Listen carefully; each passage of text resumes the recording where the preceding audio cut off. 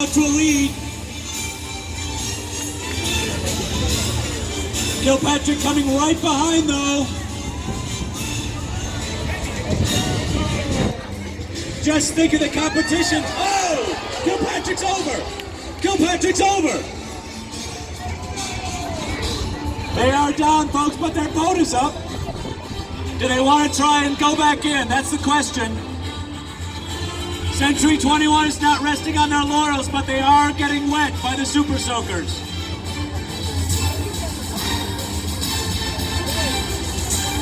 And Kilpatrick is back in, folks. They're back in.